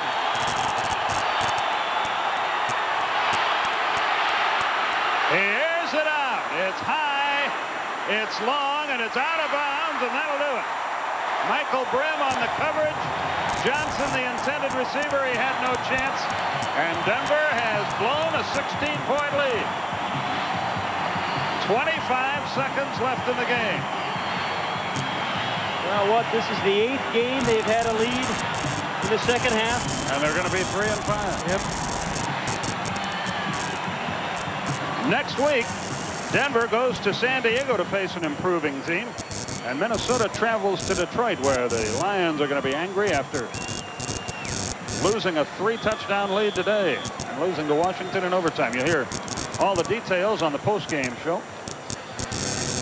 Gannon started 0 for 4, finished 6 out of 9, 161 yards and a touchdown. And he won't be worrying about padding those stats now. I'd say this game was really just for personal pride and for themselves. And I think the Minnesota Vikings deserve an awful lot of credit. A bitter pill for Dan Reeves, and Jerry Burns smiles for the first time in 6 weeks, and you can see the agony on Reeves' face. The two coaches meet at midfield. The season is at the halfway mark. It's over for us on TNT. Your final score: Vikings 27, Broncos 22. Anthony Carter. Jerry Burns says, Anthony, thank you very, very much.